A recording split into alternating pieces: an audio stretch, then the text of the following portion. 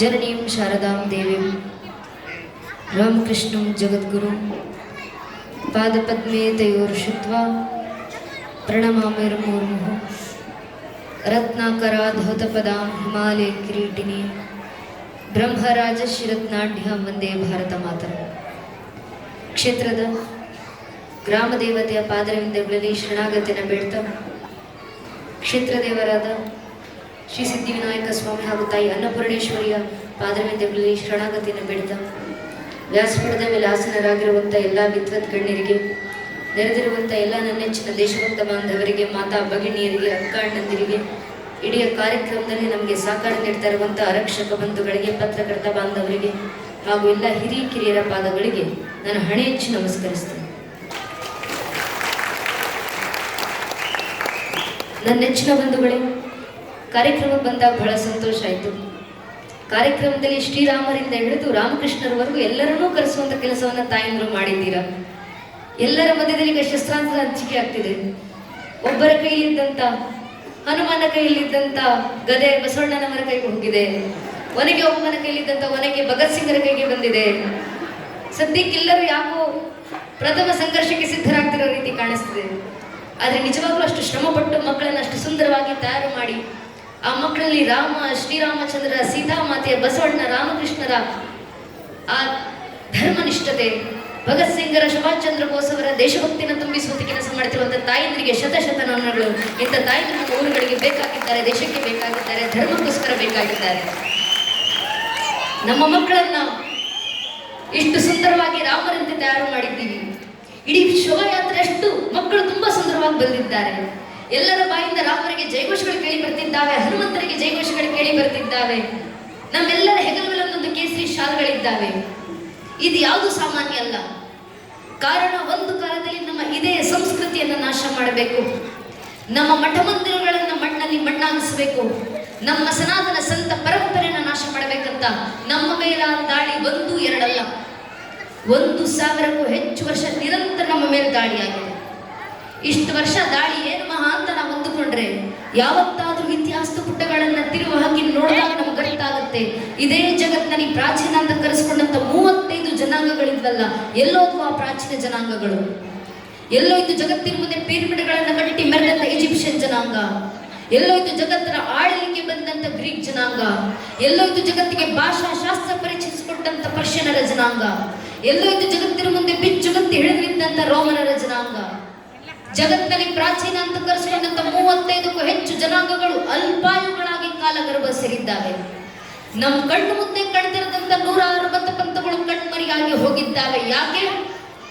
ಒಂದೇ ಒಂದು ಕಾರಣ, ತಮ್ಮ ಮೇಲಾದಂತ 10, 20, 40, 50 ವರ್ಷಗಳ ಕಾಲದ ಒಂದೇ ಒಂದು ಪರಕ್ಯ ಜನಾಂಗದ ದಾಳಿಯನ್ನು ತಡೆಯುವಷ್ಟು ಸಾಮರ್ಥ್ಯ ಇಲ್ಲದೆ ಆ ಪ್ರಾಚೀನ ಜನಾಂಗಗಳೆಲ್ಲ ಮಣ್ಣಲ್ಲಿ ಮಣ್ಣಾಗಿ ಇತಿಹಾಸದ ಪುಟಗಳಿಂದ ಅಳಿಸಿ ಹೋದವು. ಆದರೆ ನಮ್ಮ ಸನಾತನ ಹಿಂದೂ ಧರ್ಮದ ಮೇಲೆ 10, 20, 40, 50 ವರ್ಷ ಅಲ್ಲ, ಚರಿತ್ರೆ ಸಾಕ್ಷಿಯಾಗಿ ನಿಂತಿದೆ. 1,372ಕ್ಕೂ ಹೆಚ್ಚು ವರ್ಷ ನಿರಂತರ ನಮ್ಮ ಮೇಲೆ ದಾಳಿಯಾಯಿತು.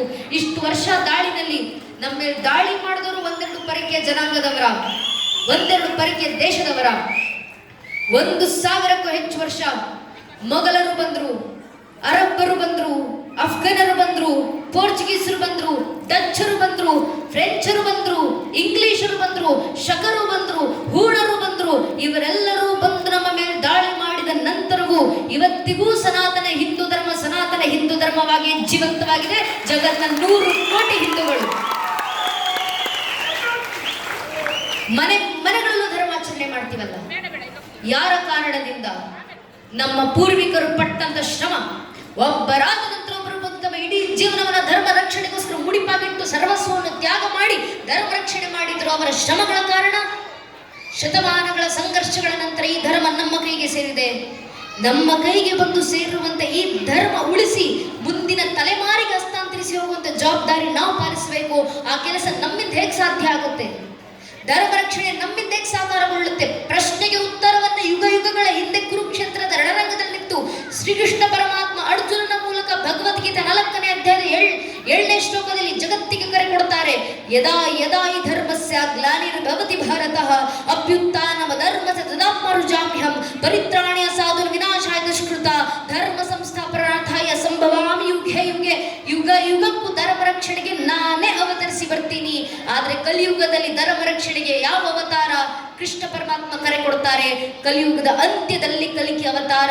ಆದ್ರೆ ಕಲಿಯುಗ ನಡೀತಾ ಇರಬೇಕಾದ್ರೆ ಕಲಿಯುಗದೊಳಗೆ ದೇಶ ಧರ್ಮ ರಕ್ಷಣೆಗೆ ಇರೋದು ಒಂದೇ ಒಂದು ಅವತಾರ, ಅದು ಸಂಘೇ ಶಕ್ತಿ ಕಲಿಯುಗೆ.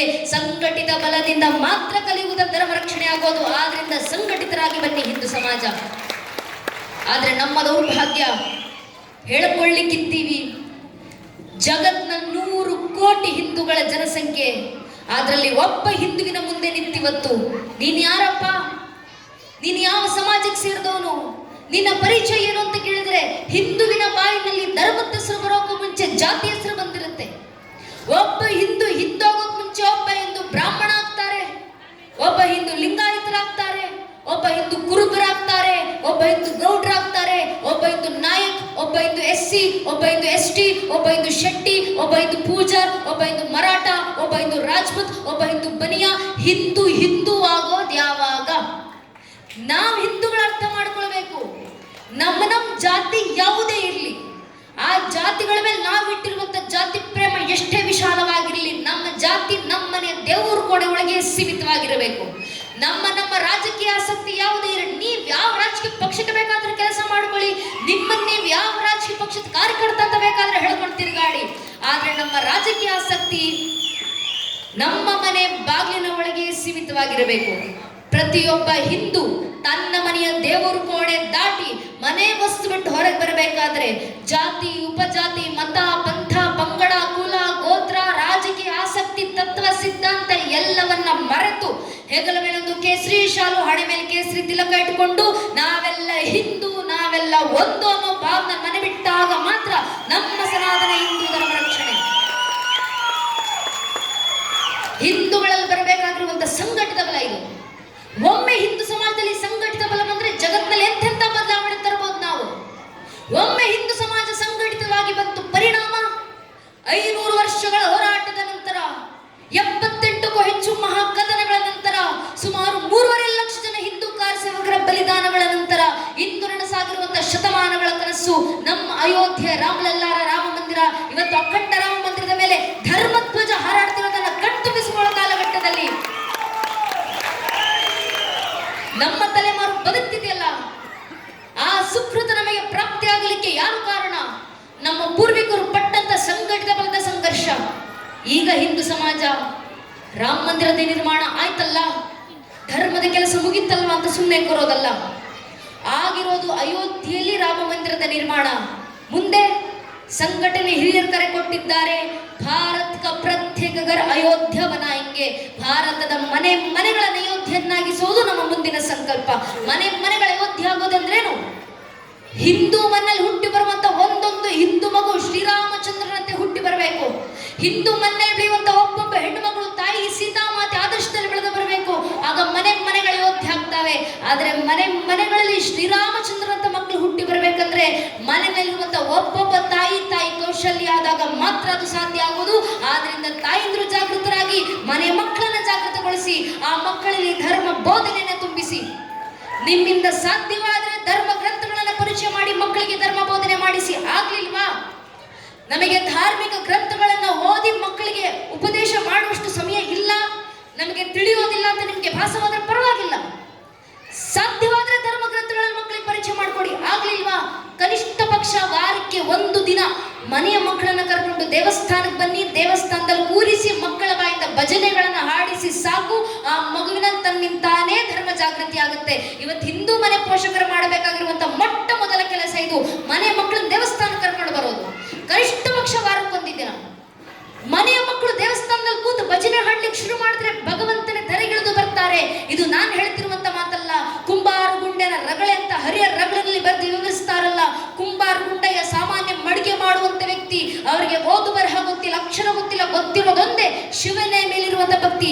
ದಿನ ಮಡಿಕೆ ಮಾಡಬೇಕಾದ್ರೆ ಆ ಮಡಿಕೆ ತಟ್ಟುವ ತಾಳಕ್ಕೆ ಶಿವನ ಭಜನೆಯನ್ನ ಹಾಡ್ತಾ ಕುಳಿತಿದ್ರಂತೆ. ನೋಡಿದ ಶಿವರಿಗೆ ಅನಿಸ್ತು, ನನ್ನ ಭಕ್ತರ ಭಜನೆಗೆ ನಾನೇ ನೃತ್ಯ ಮಾಡ್ಬೇಕಲ್ಲ, ಧರೆಗಿಳಿದು ಬಂದ್ರು. ಆದ್ರೆ ಶಿವ ನೃತ್ಯ ಮಾಡ್ಲಿಕ್ಕೆ ಇಷ್ಟು ರಂಗವೇದಿಕೆ ಸಾಲೋದಿಲ್ಲವಲ್ಲ. ಶಿವ ತಾನೇ ರಂಗಭೂಮಿಯನ್ನು ಸೃಷ್ಟಿಸಿಕೊಳ್ತಾರೆ. ತನ್ನ ಒಂದು ಕಾಲಿನಿಂದ ಪಾತಾಳ ತುಳಿದು ಮತ್ತೊಂದು ಕಾಲಿನಿಂದ ಬ್ರಹ್ಮಾಂಡವನ್ನೆತ್ತಿ ಅಖಂಡವಾದಂತ ವಿರಾಟ ಸ್ವರೂಪ ರಂಗವೇದಿಕೆ ಸೃಷ್ಟಿಸಿ ತಾನೇ ನಿಮಿರಿಸಿದಂತ ತನ್ನದೇ ಭಕ್ತ ಹಾಡಿದ ಭಜನೆಗೆ ಶಿವನೇ ನೃತ್ಯ ಮಾಡಲಿಕ್ಕೆ ಶುರು ಮಾಡಿದ್ರು. ಹೇಗಿತ್ತು ಆ ಶಿವನ ತಾಂಡವ? ಕುಂಬಾರಗುಂಡನ ರಗಳೆಂತ ಹರಿಹರ ರಗಳೆ ಬರೆದು ವಿವರಿಸ್ತಾರೆ.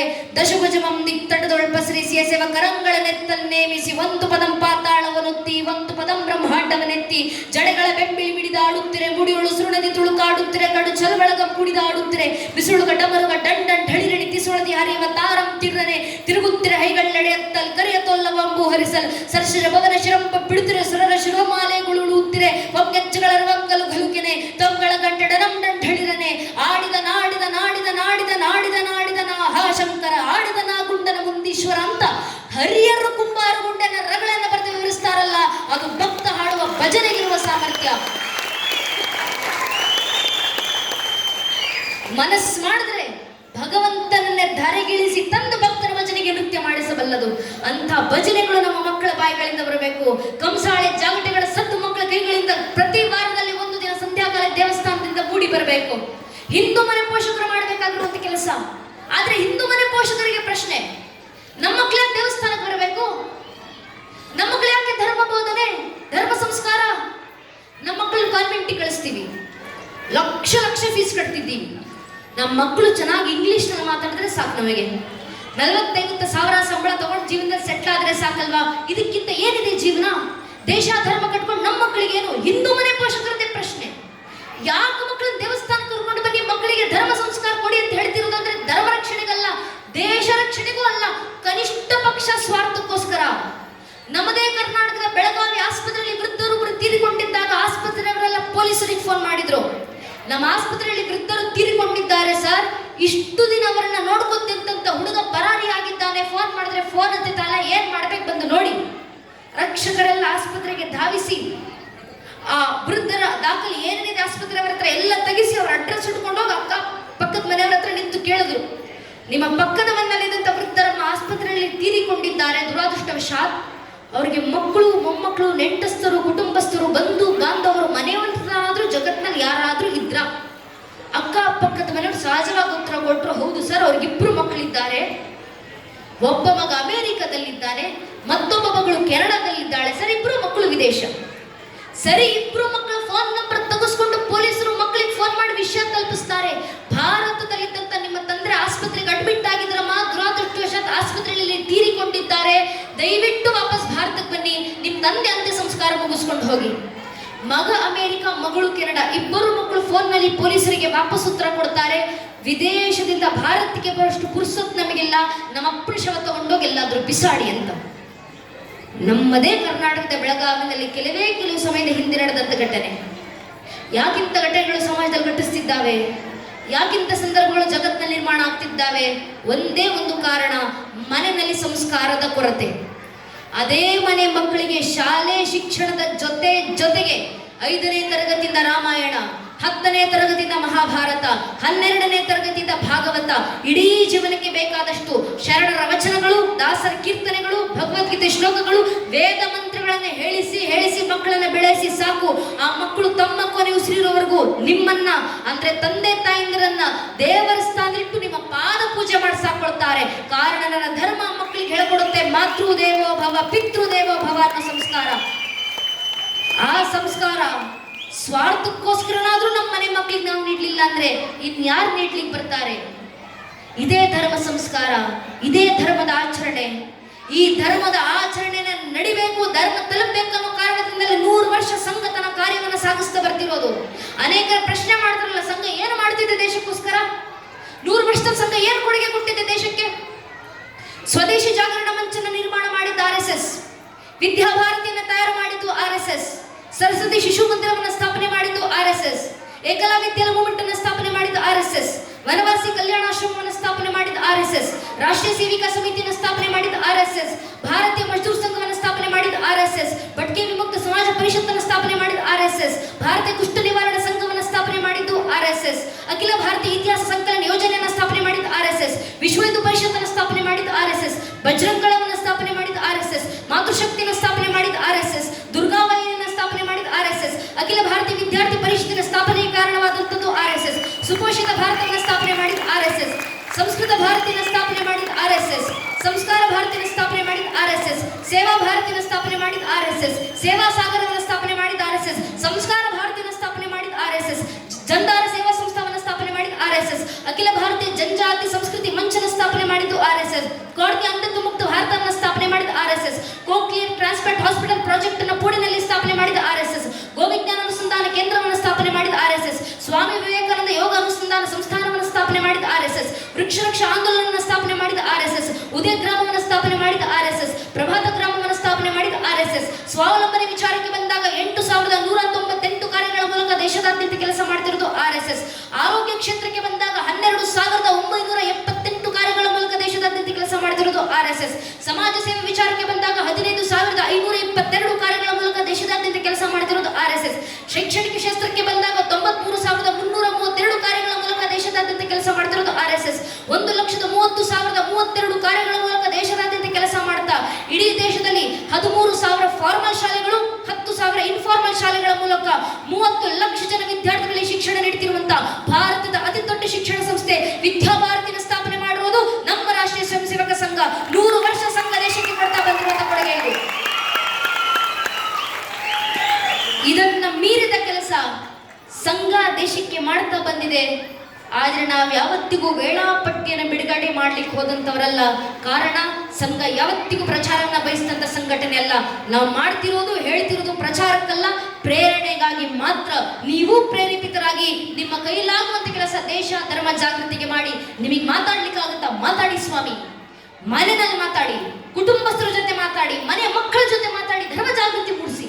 ಹಾಡಾಡ್ಲಿಕ್ಕಾಗುತ್ತಾ? ದೇಶಭಕ್ತಿ ಗೀತೆಗಳನ್ನು ಹಾಡಿ ಧರ್ಮ ಜಾಗೃತಿ ಮೂಡಿಸಿ. ಬರೀಲಿಕ್ಕಾಗುತ್ತಾ? ನೈಜ ಇತಿಹಾಸ ದಾಖಲಿಸಿ ಬರೆದು ಧರ್ಮ ಜಾಗೃತಿ ಮೂಡಿಸಿ. ಸಮಯ ಕೊಡ್ಲಿಕ್ಕಾಗುತ್ತಾ? ಇಂಥ ಧಾರ್ಮಿಕ ಸಭೆಯಲ್ಲಿ ಬಂದು ಭಾಗವಹಿಸಿ ಧರ್ಮ ಜಾಗೃತಿ ಮೂಡಿಸಿ. ಶ್ರಮ ಹಾಕ್ಲಿಕ್ಕಾಗುತ್ತಾ? ದೇವಸ್ಥಾನದ ಕಾರ್ಯಗಳಿಗೆ ಶ್ರಮ ಹಾಕಿ ಧರ್ಮ ಜಾಗೃತಿ ಮೂಡಿಸಿ. ಹಣ ಕೊಡ್ಲಿಕ್ಕಾಗುತ್ತಾ? ಊರಿನ ದೇವಸ್ಥಾನ ಧಾರ್ಮಿಕ ಕ್ಷೇತ್ರ ಮಠ ಮಂದಿರಗಳಿಗೆ ಆರ್ಥಿಕ ಸಹಾಯವನ್ನ ಮಾಡಿ ಧರ್ಮ ಜಾಗೃತಿ ಮೂಡಿಸಿ. ಯಾವುದೂ ಆಗ್ಲಿಲ್ವಾ? ಕನಿಷ್ಠ ಪಕ್ಷ ನಿಂತು ದೇಶ ಧರ್ಮದ ಪರವಾಗಿ ಒಂದು ಜೈಕಾರ ಹಾಕ್ಲಿಕ್ಕಾಗುತ್ತಾ? ದೇಶ ಧರ್ಮದ ಪರವಾಗಿ ನಿಂತು ಒಂದು ಜಯಘೋಷ ಹಾಕಿ ಧರ್ಮ ಜಾಗೃತಿ ಮೂಡಿಸಿ. ಅದು ಆಗ್ಲಿಲ್ಲ ಅಂದ್ರೂ ಪರವಾಗಿಲ್ಲ. ಯಾರಾದ್ರೂ ನಿಂತು ದೇಶ ಧರ್ಮದ ಪರವಾಗಿ ಜೈಕಾರ ಹಾಕ್ತಿದ್ರೆ ಅವರ ಪಕ್ಕದಲ್ಲಿ ಹೋಗಿ ನಿಂತ್ಕೊಂಡು ಕೈ ಎತ್ತೋಣ ಸಾಕು. ನಾವು ದೇಶ ಧರ್ಮಕ್ಕೆ ಕೊಡುವಂತ ಕೊಡುಗೆ ಇಷ್ಟೇ. ಇಷ್ಟನ್ನು ಒಬ್ಬೊಬ್ಬ ಹಿಂದೂ ಮಾಡಿದ್ರೆ ಸಾಕು.